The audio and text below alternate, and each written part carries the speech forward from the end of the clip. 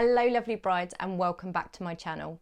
I'm Lauren, wedding planner and owner of Bluebird Creative. I provide a weekly dose of wedding planning goodness for the modern bride. So don't forget to hit subscribe and hit the bell so that you'll be notified every single week when a new video lands. Okay guys, so let's hop into this week's content. I am busting some truths for you. We are talking about wedding myths. I've got 8 wedding myths lined up for you. The lighting seems very odd today, doesn't it? And that is because I am filming in the evening and it is currently 10:30 at night. So it's a bit of a slightly different setup, or at least it feels like it to me. It feels like the light's all strange. So if you're wondering why the light's strange, that's why. Because I took a day off to spend with my children during lockdown and now I'm paying for it and I'm having to work late into the evening because I am dedicated to bringing you your weekly content. So without me giving you random information about lighting, let's hop into this week's video. Okay, so let's dispel the nonsense from the truth and make that wedding planning a little bit smoother sailing. So the first myth we are going to bust is traditions. Have you heard people say to you, you have to follow the traditions? No, you don't. You do not have to follow the traditions. There are some wonderful traditions. There are some traditions that may feel wonderful to you. There are some traditions that may not feel wonderful to you. As far as I am concerned, a wedding is a day that is personal to you. It's about celebrating your love and about celebrating your commitment to each other. It is a day spent with your family and friends, all the people that are most special to you, just being together and celebrating that love. So if you don't want to follow the traditions, you don't have to. You know, there may have been times gone by when you really needed to follow those traditions, otherwise the repercussions may have been something you wouldn't want to deal with. But nowadays that is not the case, and more people are breaking traditions. They may pick 1 or 2, they may do none, and that is absolutely fine. You may decide that you want to do the something old, something new, something borrowed, something blue. Beautiful. You may decide that you don't want to do a bouquet toss because you actually want to keep your bouquet and dry it and save it forever. You may decide that you want a blessing and that you don't want a ceremony because of the venue and the space that you want to get married in. You may decide that you want to get eloped. And that is absolutely great and that is personal to you. So no, you do not need to follow the traditions. Okay, so the second myth, invites. You need to invite Susan because she invited you to her wedding. No, you don't. So let's get this straight. Perhaps Susan invited you to her wedding and her wedding was, say, 5 years ago. And since then, you guys have sadly become a little bit more distant. Perhaps you're having a slightly more intimate wedding of, say, 50 guests or maybe 80 guests. And you and Susan are not that close anymore. And actually the numbers don't fit. You do not need to invite Susan. Same goes for if you were a bridesmaid for someone. You don't have to make them a bridesmaid for you. It doesn't follow that pattern. I have done a video on who not to invite to your wedding and who to invite to your wedding, so I'll link it here for you. I totally appreciate that when you're writing your guest list, it can get a bit political and it sometimes feels a bit awkward. But just remember, your wedding day is about you. It is about you and your fiance. So do what is right for you and invite who is right for you. Okay, third myth.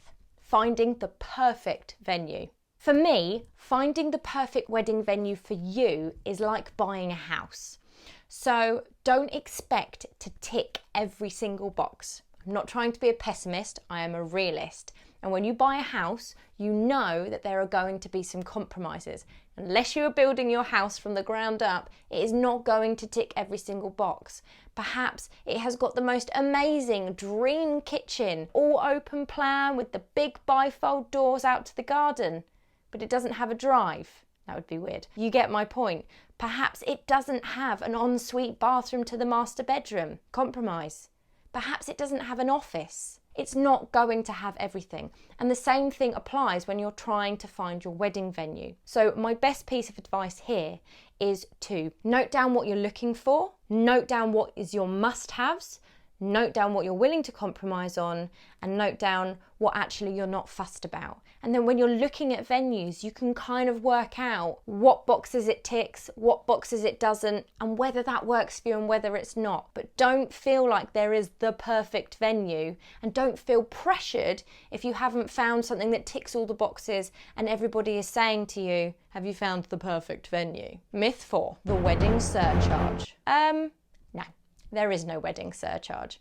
Some people might turn around to you and say, oh, well, make sure you don't tell them it's for a wedding because they'll charge you more. No, they will not charge you more because it is a wedding. Suppliers will quote you on the amount of time, the amount of knowledge, their experience and their skill and the product, depending on what the service is, that they are providing you with and that they do.